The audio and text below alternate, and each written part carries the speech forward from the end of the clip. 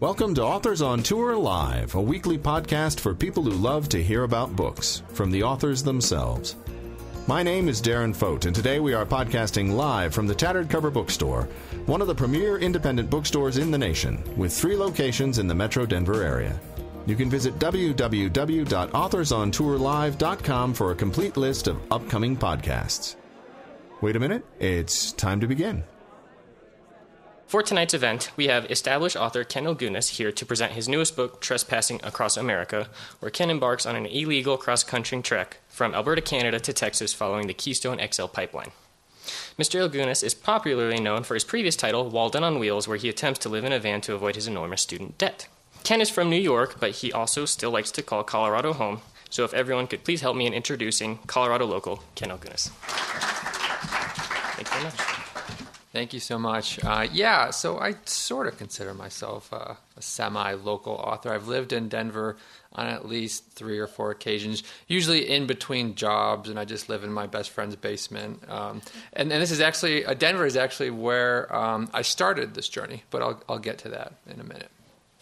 And I spoke with an author friend, and he says the worst part about a book reading is the actual book reading. So I prefer to tell a little yarn, and I got a couple of passages that I'd like to read. So I decided to go on a walk across America following a controversial oil pipeline. And I had a few questions on my mind. Questions like, has climate change, in fact, put our planet on an irreversible path to destruction? And if so, what is our duty up against something so enormous? How far should each of us go to protect our planet? But more than anything, I wondered was, what am I going to do about the cows?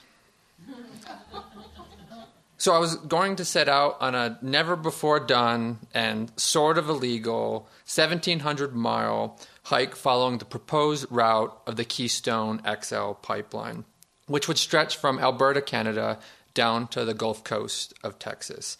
And pipelines don't like to follow roads. Pipelines like to get to their refinery or market in as few miles as possible. So that means they like to cross country. They like to go across cropland, across grassland, across private property. So this meant that if I wanted to follow the Keystone XL, I'd have to do the same. I'd have to walk over Alberta prairie, Saskatchewan pasture, Montana hills, South Dakota canyons, Nebraska cornfields, and then down through Kansas, Oklahoma, and Texas. So to hike the Keystone XL, I'd essentially have to trespass across America. And this also meant that I'd be walking by thousands and thousands of cows. And as a suburbanite from New York who's never milked one or touched one or been near one, and who, knew nothing about cows except that they were bigger than me and faster than me and had horns and gored bullfighters and chased people through Spain. Yeah, I was a little nervous. So I actually got the idea to hike the XL from my friend Liam. We were working in a kitchen in an Arctic labor camp way up in Dead Horse, Alaska. We were working for the oil industry. We were working side by side, cook and dishwasher. And Dead Horse may, in fact, be the most miserable place on Earth. There's no. It's not like a real town. There's no schools. There's no churches. There's no kids. It's just a lot of equipment and a lot of dudes. I mean, like there's a 9-to-1 male to female ratio there, and I know what the ladies are thinking. I'm going to go to Alaska and have options. But we have a saying up in Alaska that you guys should be aware of, and that's, the odds are good, but the goods are odd. So I was a dishwasher. I was 28 and broke and washing dishes for a living. And I can say from experience that when you're 28 and broke and washing spoon after spoon in the middle of the night in a silent kitchen 300 miles north of the Arctic Circle, you begin to question the direction your life is headed in. But I can say this also from experience, and that's the soul must be caged before it can be set free. So when Liam suggested we hike the Keystone XL, which was in the news all the time back in 2011, I dropped my soup bowl into the sink and looked at him with what must have been this frightening excitement and said, "We must." And after that, things started to look up for me. I hitchhiked out of Dead Horse. I got my first book deal for Walden on Wheels. I had money in the bank for the first time in my life. And things were going well, but I wanted to consciously hold on to that flash of inspiration I felt when Liam suggested we hike it. I'd like to read a little passage right now.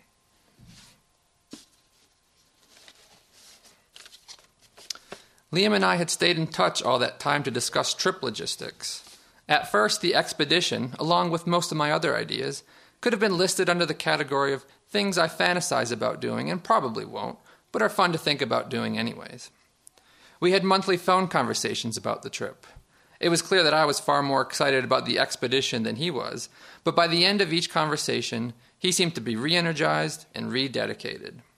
I'd begun to wonder, though, if Liam had the frame of mind necessary to commit to such a long journey.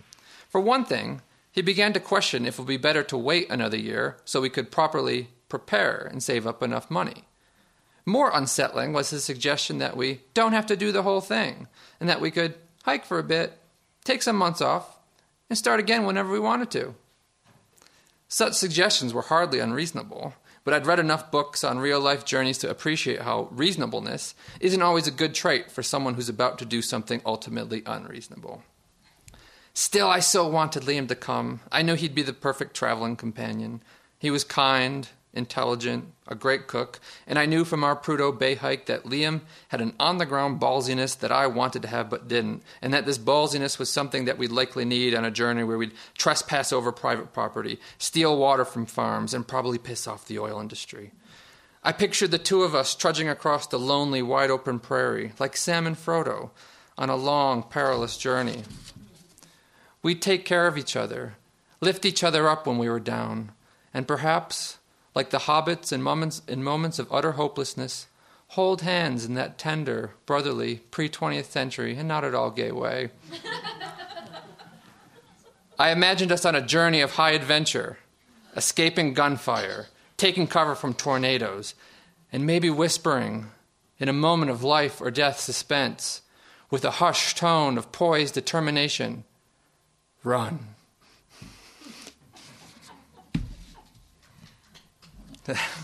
So I started preparing. I bought a lot of food. I've learned a few things about nutrition in the years that have gone by. But yeah, I was mainly looking for stuff that would keep, energy bars, powdered whole milk, granola, stuff like that. I bought it from the local Whole Foods and Sam's Club. Here I am mixing up a big box of trail mix in my buddy's basement. I bought and here I am boxing up all that food, and my buddy in Denver, he would mail these boxes to post offices along my route, so I'd always have 5 or 6 days worth of food ready for me. I bought a mapping software program called Topo, and I charted out my route with the aid of some maps I found on government websites, and I'd print out about 75 of these, so I'd navigate by having a compass in one hand and a topographic map in another.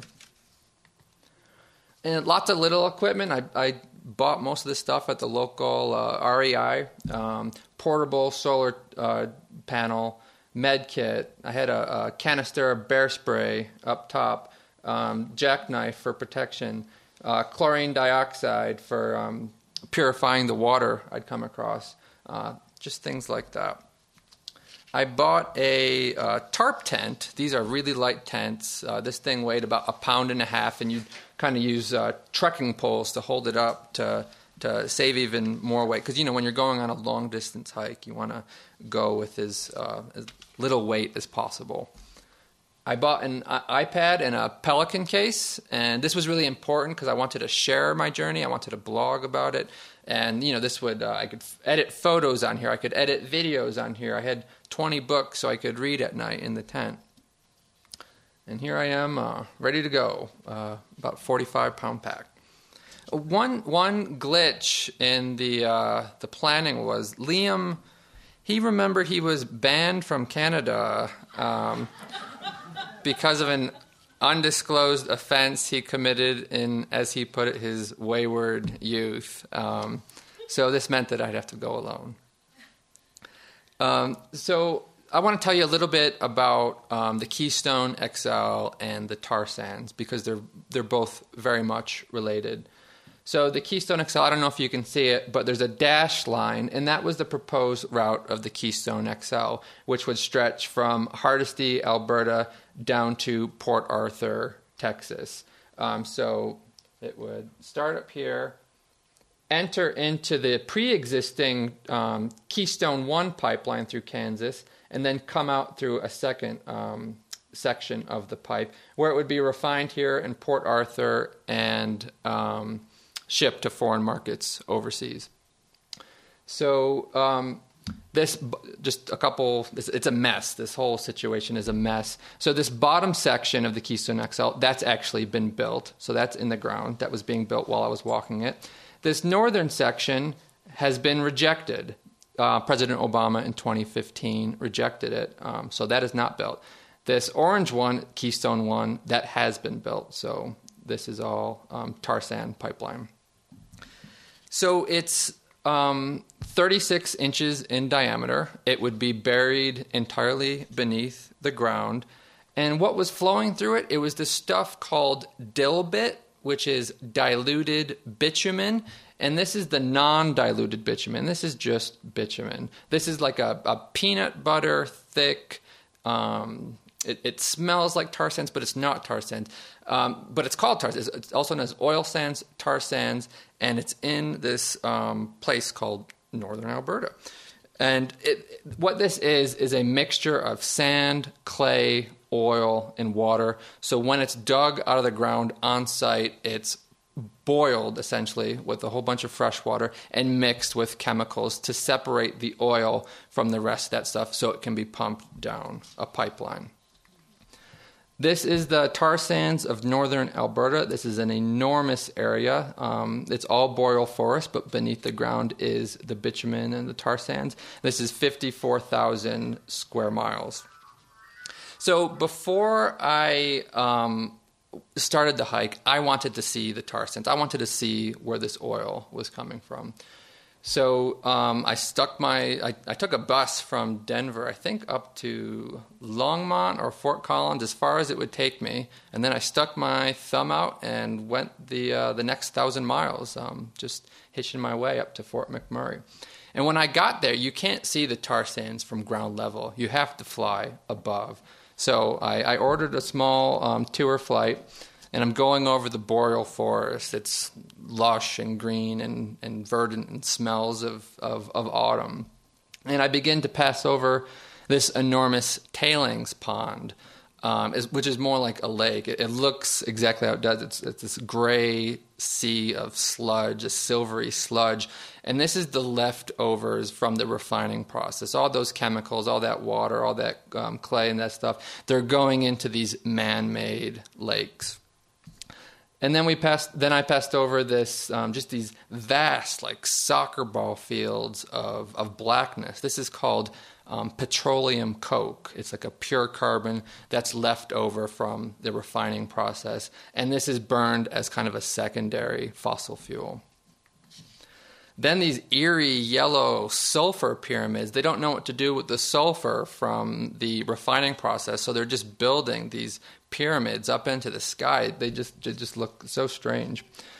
And I'm flying above this area, and pretty much from one edge of the earth to the other, it's nothing but just this enormous mud pit where they're digging into the ground and getting the bitumen. And when we landed, I said to the pilot, that was amazing. I mean, it was just immense. And he says that was only 10% of the pit mining operation. So I barely got to even see it. And pit mining only accounts for about 50% of the extraction methods. So this is a massive, massive environmental disaster that's happening right now.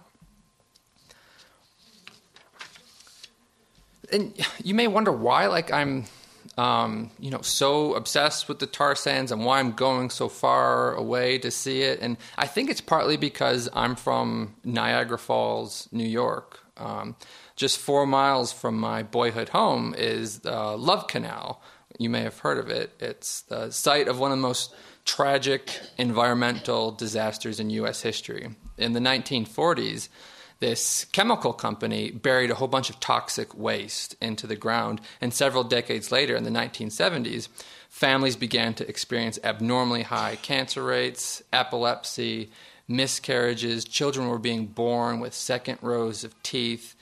So growing up next to Love Canal, it just taught me early on what happens when industry gets its own way.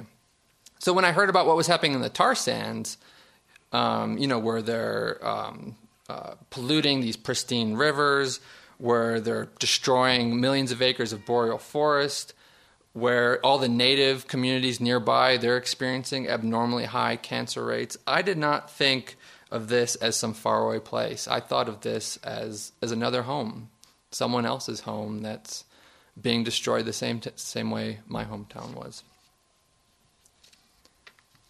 So the walk, this is the sort of terrain I'm walking over. And I want to go as fast as humanly possible because I'm starting this trip in late September and I'm worried about getting nailed by winter in like Montana.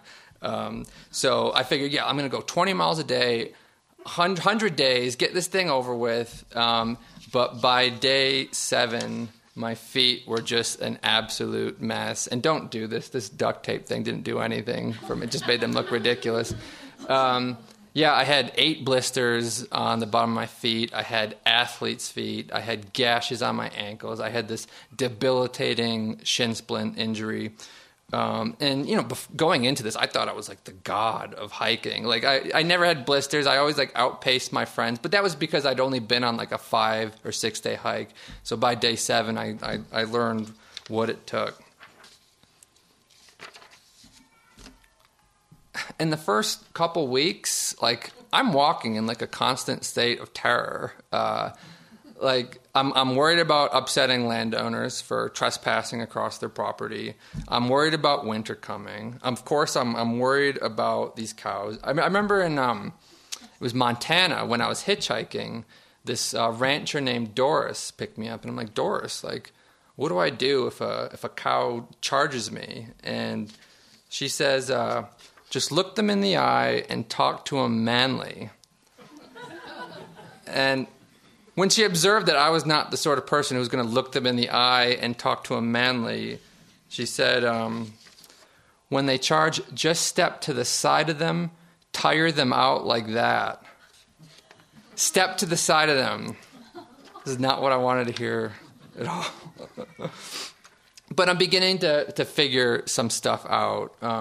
For one, I'm learning how to navigate. I'm using my map and my compass. I'm learning how to use those. And there's a whole bunch of helpful navigation aids. Like when I come across a road, I can see a little pipeline sign like this. And you know those like red balls that are in like electrical lines or telephone lines? That usually indicates where a pipeline is going beneath the ground. So I could see those on the prairie, sometimes miles away. And I knew if I went towards one of those little red balls, I'd be heading on that tight, nice southeasterly course.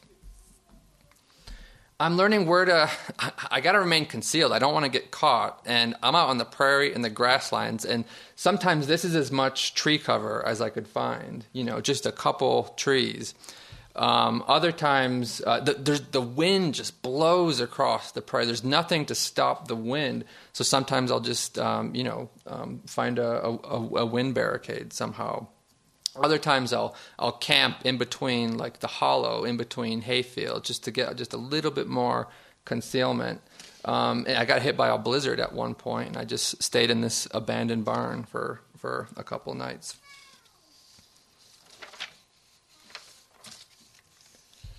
And the cows, they weren't so bad. I realized they were just a bunch of scaredy cats. It always happened the same way. Like every day I'd have to hop a barbed wire fence. I'd be doing that like 50 times a day. And I'd come across a herd like this. And they always reacted the same way. they'd all be, snacking on the grass, and then one would notice me and, poke its head up, and it would stop chewing, and it would just have a whole bunch of grass coming out of the sides of its mouth. And then the whole herd would lift up their heads and just be staring at me, again, with just like grass coming out of their mouth like this.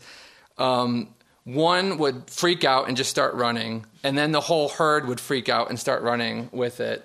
And, you're just 170 pounds, scaring off 80,000. You can't help but feel powerful.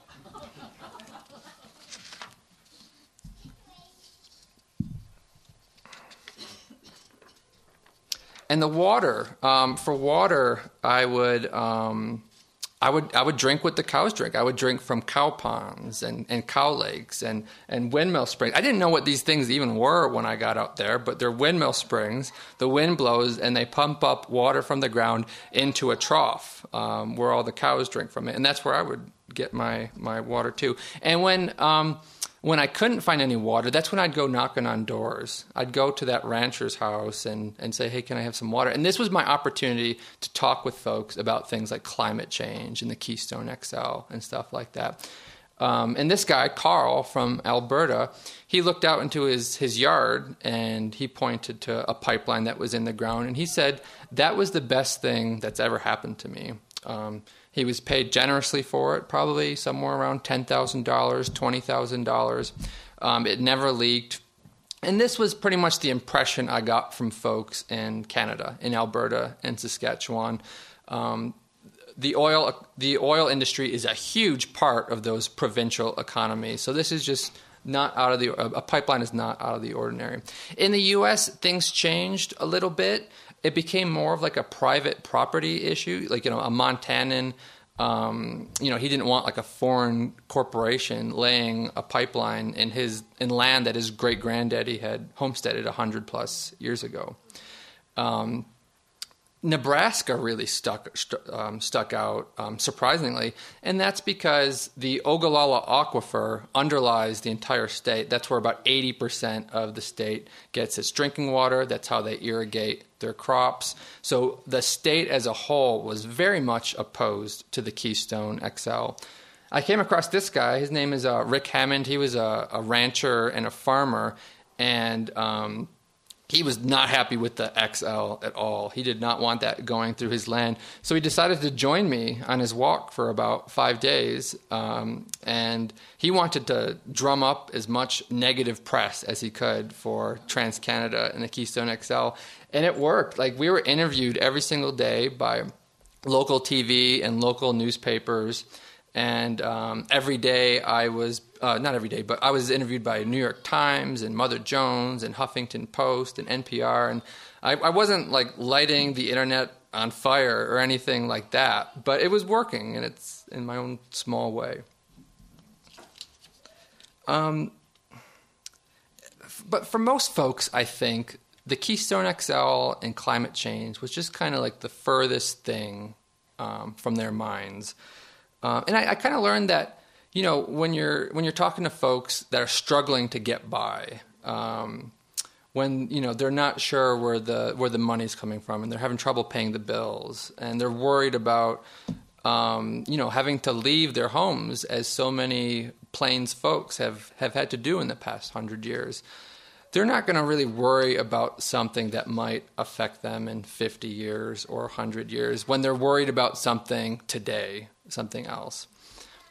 And I also learned that the Great Plains, it's a region that relies very heavily on fossil fuels. Just to get anywhere, you have to drive long distances. It's very agricultural. Anytime, you're using tractors in the agricultural industry, it's a very fossil fuel intensive industry. So you don't want to feel guilt every single time you turn that ignition. So sometimes it's better just to deny the existence of something, to not believe it's true. And it's just sad to say, but some people don't care about the environment simply because they can't afford to.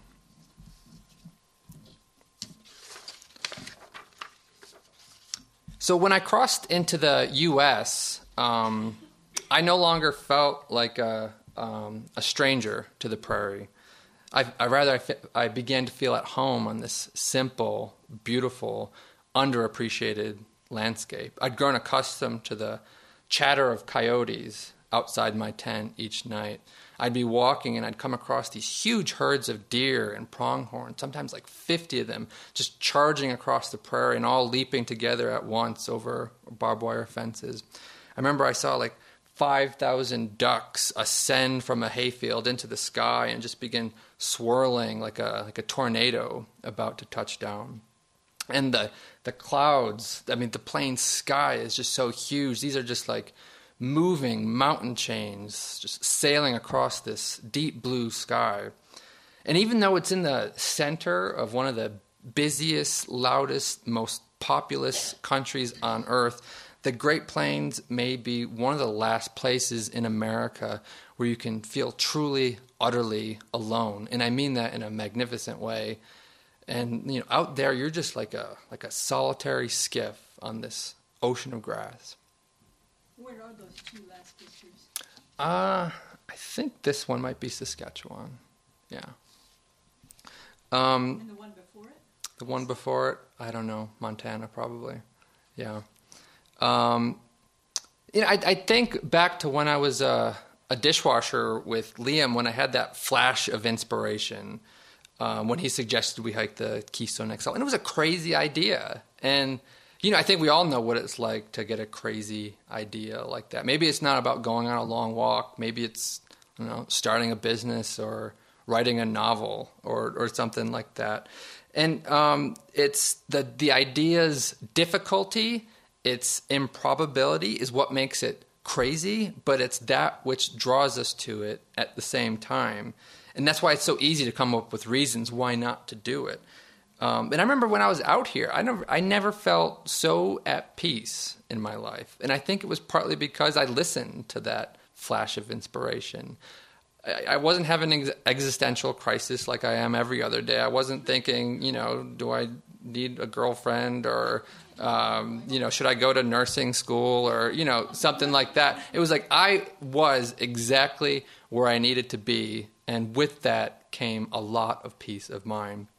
So I think when we have those moments, those flashes of inspiration, they usually represent some aching existential need that's gone unfulfilled. And I've learned to hold on to and never forget those. You know, when you get that idea that energizes you and excites you like nothing else, but because you can't go wrong following through with something that your inner self is just clamoring for. And I've learned over and over again not to think of those flashes merely as crazy ideas, but as messages from fate calling upon you to do something grand. So I'd like to finish with one more passage. The prairie was as desolate as ever. I couldn't see any homes, and I crossed a rarely traveled gravel road every few miles. I hopped a barbed wire fence into a cow pasture and casually walked up to a herd of black Angus cows. These cows, I observed, weren't running away from me as they normally would. I yelled, "Get out of here, cows," and waved my poles in the air, trying to freak them out. But they moved only a few yards to the left and right, creating a narrow corridor which I had no choice but to walk through. The land was flat except for a gentle downward slope that led to a creek that had dried up. I walked down the slope, and in the grassy creek bed there was another dozen cows staring at me. The cows that I had just passed had gathered and were following me down the hill. I had moving cows behind me and motionless cows in front of me. My heart thumped, my pulse raced, I became unseasonably sweaty. I'd just taken a hit of adrenaline. All the pains and sores that I had been walking with were completely forgotten, and I now had one and only one aim: get away from these cows. I was surrounded, and then I heard it. It was a rolling thunder, a gurgle from the skies, the sort that would bring a family out to the front porch to watch a summer thunderstorm. I took off at a jog. I looked back for a moment, one blip of a second, and caught a glimpse of the most terrifying, amazing, makes-my-legs wobbly thing I'd ever set my eyes on. It was a tidal wave of black muscle pouring down the hill, a horde of black Angus cows just 10 yards behind me, their hooves launching tufts of grass into the air, their huge bodies moving across the treeless prairie in a thunderous, ground-shaking roar. The worst of my fears had come true. I was being attacked by cows. There was only one word on my mind, which communicated itself to me in a not-so-hushed tone of not-so-poised determination. Run. Thank you.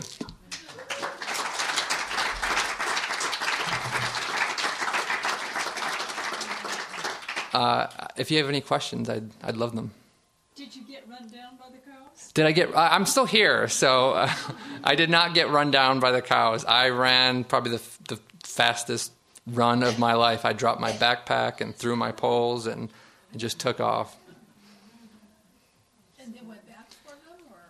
And did I go back for them? Yeah, because that was like around dusk, and it was winter, so I needed my sleeping bag and tent.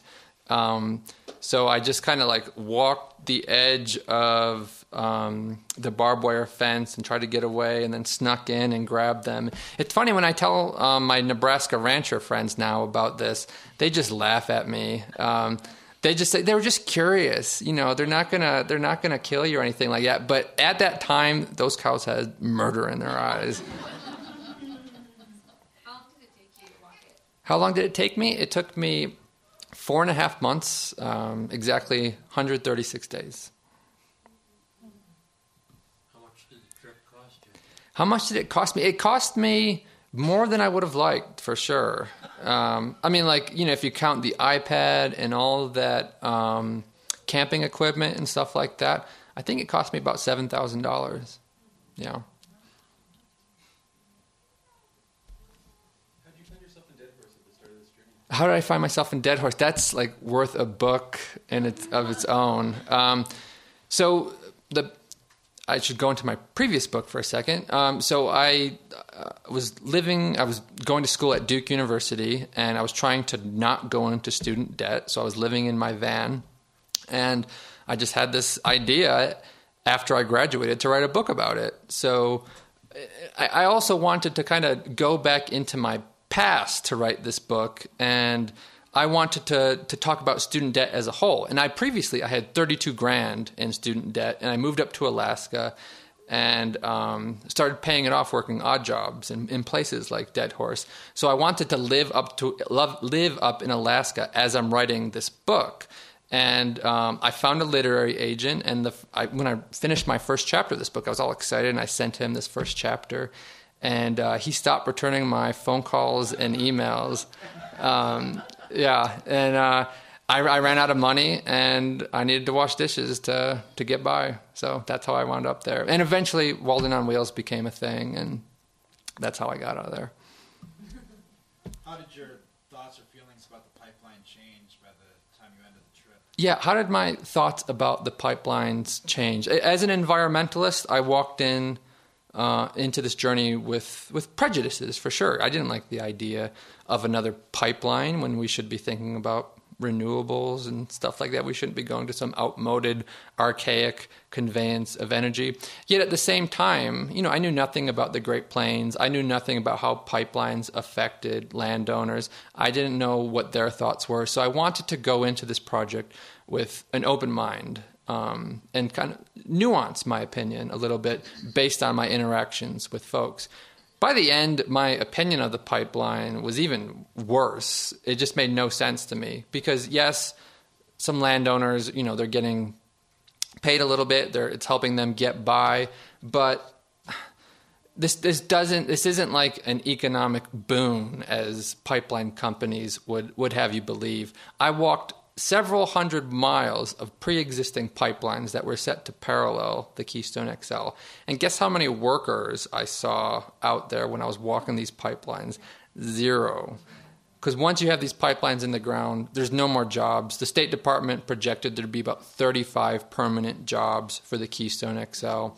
About half of this oil is being sent to markets overseas, so it's not really all winding up in our cars and planes and stuff like that. And when I saw the tar sands of northern Alberta, there's almost nothing that would justify that in my mind. And I'm just very concerned about climate change. So all those factors in. I'm happy it died. But it died in November 2015 when Obama rejected it. However, it can be resurrected from the dead depending on who gets in office this fall. I've been reading your blog since you were at Duke, and I'm wondering what one of your next projects. Do you have some things in mind? Yeah. Well, what's my next project? I got a crazy idea, far more ambitious than either. And don't tell anybody because I haven't pitched it yet. But it would be kind of like traveling through time, and I think I've figured out a way how to do it. I'm interested in experiencing all of human history in one given year. So I'm thinking like spend like 3 months living as a hunter-gatherer, go to like an African tribe and live with them. Then there's and then the Neolithic Revolution happened about 13,000 years ago, where we transitioned into farming. So I'd go live with some primitive farmers in Nepal or India, where that stuff's still going on. Then it's the age of artisans, when we begin to have civilizations and towns, and there's carpenters and stuff, and like blacksmith. And right now there's this 9th century monastery being built in Germany with all 9th century tools. So it's like I could go do that for 3 months and keep experiencing each age and just be this wild journey through time. And I think it would just lend a whole bunch of insights into what we had and what we lost and what we've gotten. And I'm an environmental nut, so I'm sure I'll find a way to tie that in there. But I think that would be a winner. From reading your blog, I know you've had experience with and some connection to the Great Plains Trail. Absolutely. The Great Plains Trail is just this magnificent idea. It's a trail that very closely parallels my route, and this will be part of the mega trail tradition in the U.S., the Pacific Crest and Continental Divide and Appalachian, and there's nothing going on in the middle of the country. So this guy, Steve Myers, he's actually in the audience right now. Nice to see you, Steve. He's creating this mega trail, about 1,700 miles, and it'll be very much like those other ones. And I think that's just a fabulous idea, because no one gets to go on the Great Plains. No one, when we think of Great Plains, and it might be different for Colorado folks because we're so close to them, but anyone else, you think of Great Plains, you think of that I-70 drive through Kansas.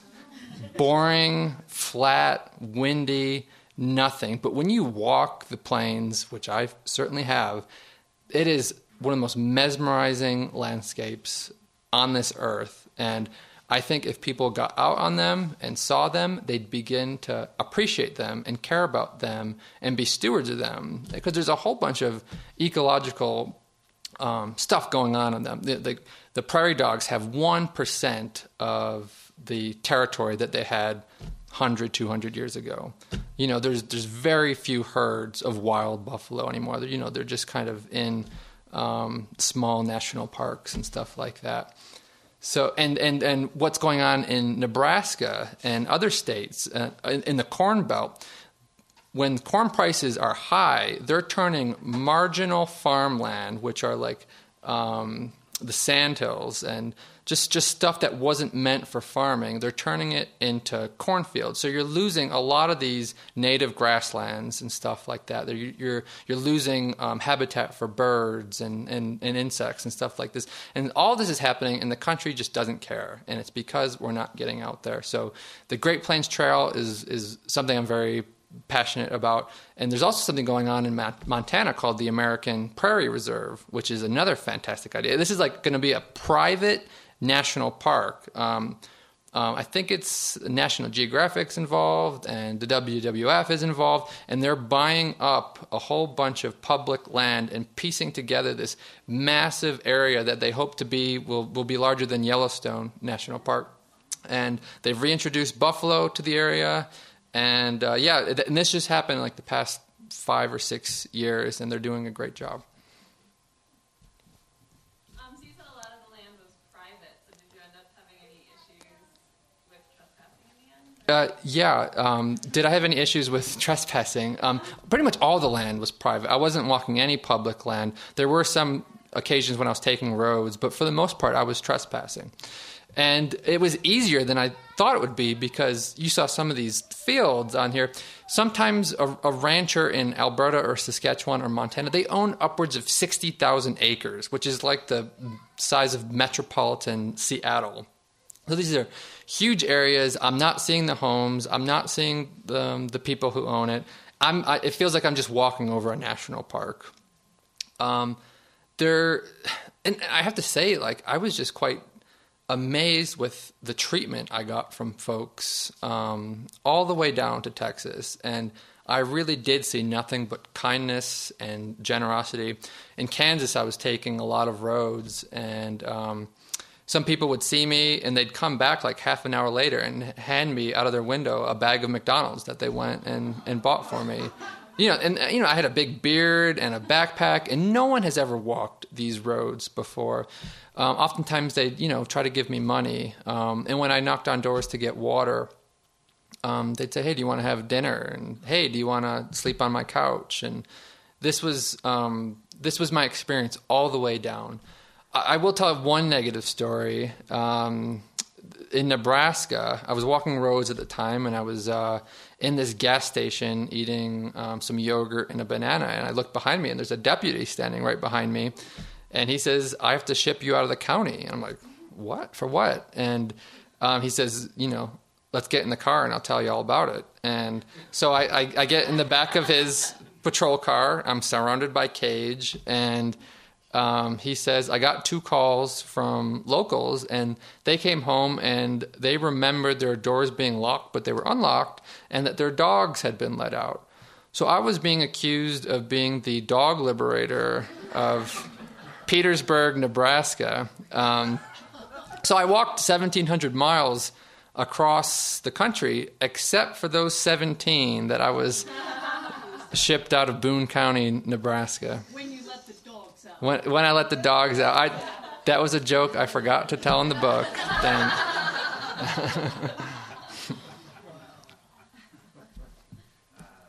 were people that friendly to you even when you told them that you were anti-Keystone XL pipeline? Yeah, were people that friendly even when I told them I was anti-Keystone XL? I was very...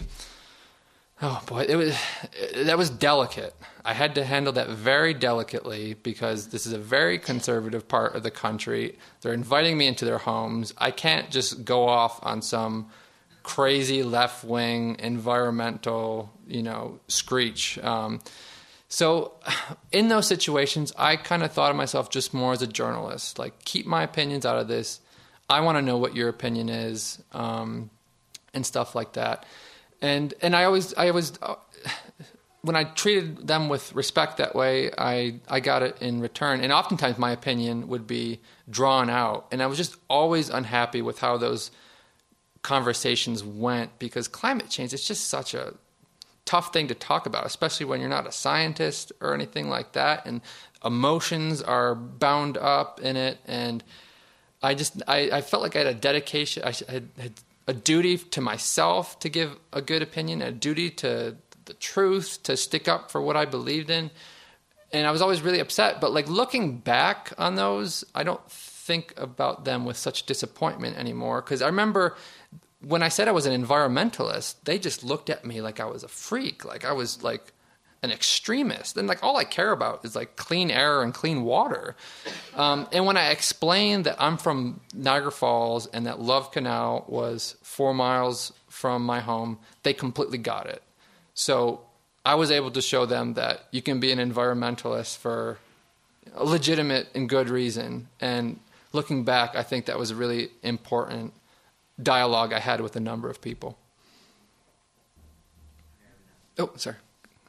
What was your scariest experience with another person on your trip? Scariest experience with another person? Well, let me remark on the animals. First of all, I was chased by in Alberta, I was chased by a moose. And I was just like running across the prairie towards a tree, hoping some like my ancestors were monkeys, tree climbing instincts would just like instantaneously kick in. Luckily, it didn't come to that. And then I had the cow stampede in South Dakota, and then I had Oklahoma was awful. I was chased by dogs every single day in Oklahoma, and it was interesting. like looking at the character of the dogs from the start of the trip to the end, like up in Alberta or Montana or Nebraska, it's just like some sleepy, overweight Labrador. And then like when I got into Oklahoma, it was just they got savage. Like they were like, often like more aggressive breeds like pit bulls and Rottweilers and stuff like that. And I know, there's a lot of good dogs of those breeds, but when they're ill-treated and just kind of forgotten about, they can be really scary. So I had that bear spray kind of just like in the bottom of my pack for the most part of my trip. But in Oklahoma, I had the cap off and that thing ready to go literally from start to finish. As for folks, not so much. There was another time in Oklahoma. I was in this town called Atoka, which was very poor. And typically when I'd be walking through towns, I'd go straight to a church and ask if I could set up my tent on their lawn. And I'm not a religious person, and I was really impressed and taken and moved by just how courteous and generous these churches were all along the way. And the pastor said that he's got his aunt has some land, and it was like a double wide propped up on cement blocks, and it was a very poor area.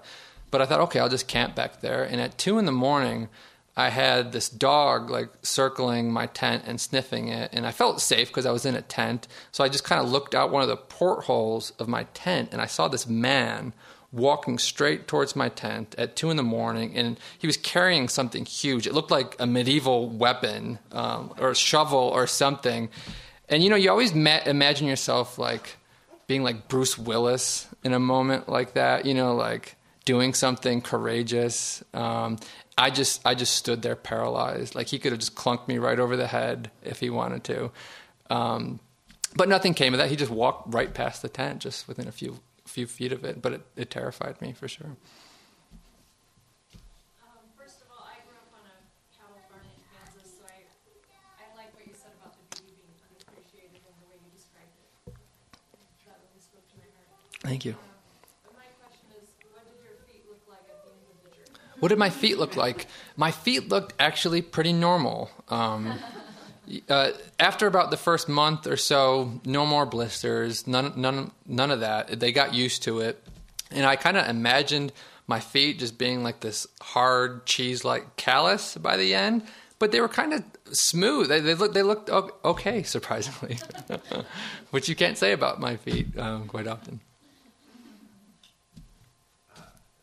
So I know one of the reasons a successful argument against the Keystone XL pipeline was that because it ran through the sand hills where the aquifer was. Gotcha. Question is,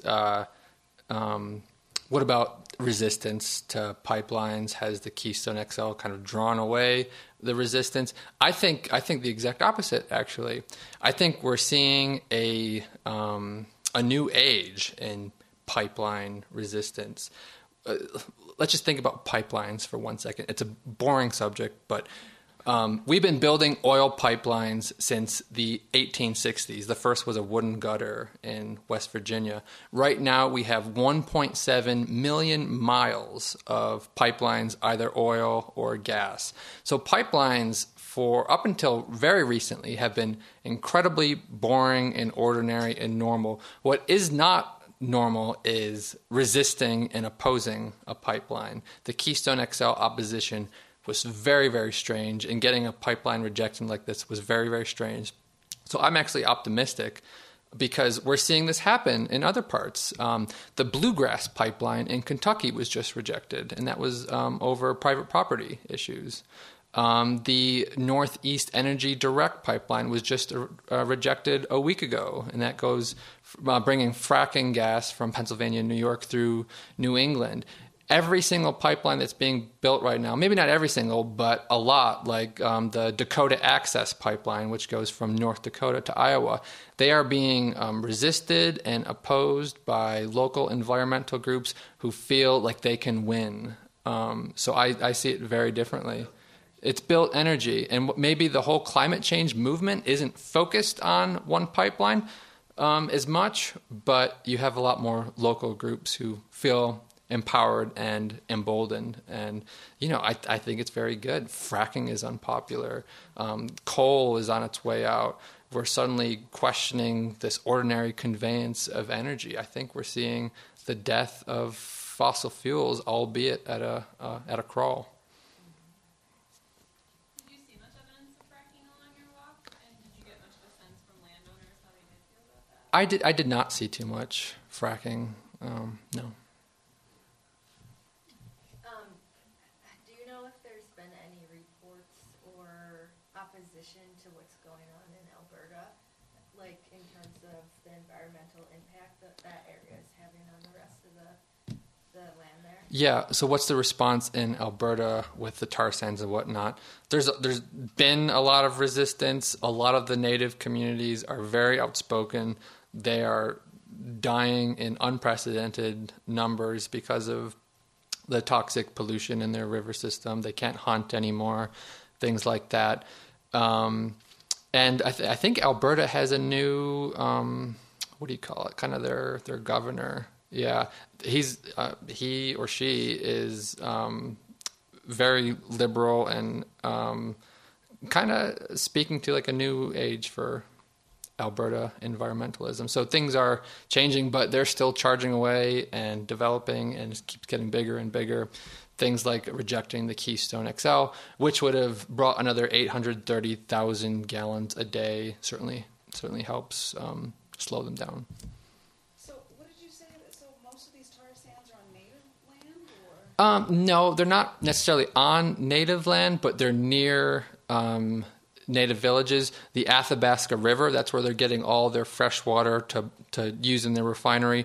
A lot of the tailings is leaking back in to this Athabasca River, which runs through several Native American villages. And So, all right. So can you just do the Canadians treat their Native Americans the way that we do? Are they on reservations, or what's the treatment they have? How does Canada treat their Native American populations? I think generally better. I think they have larger reservations and they win court battles all the time and stuff like that. There is a lot of racism. I remember I got into one bar and someone had seen me walking down the road and they were like, "I thought you were a native vagrant," and the whole bar just started laughing. I think there's a lot more racism towards Native Americans in Canada than there is in the U.S. actually. So they are on reservations. They are typically. I'm no expert, so I can't speak for the country as a whole. And then how many miles on average did you finish each day? How many miles did I do each day? By the end, I was doing 20, 25 miles a day. I was in good hiking shape, but at the start, because of all my injuries and stuff like that, I was sometimes averaging like 8, 9, 10. So, how heavy was my pack? About 45 pounds. Did you make it your pack, or did you just buy one? I bought one here in Denver, yeah. Well, thank you so much, folks. I really appreciate you coming. You guys were a blast. Thank you.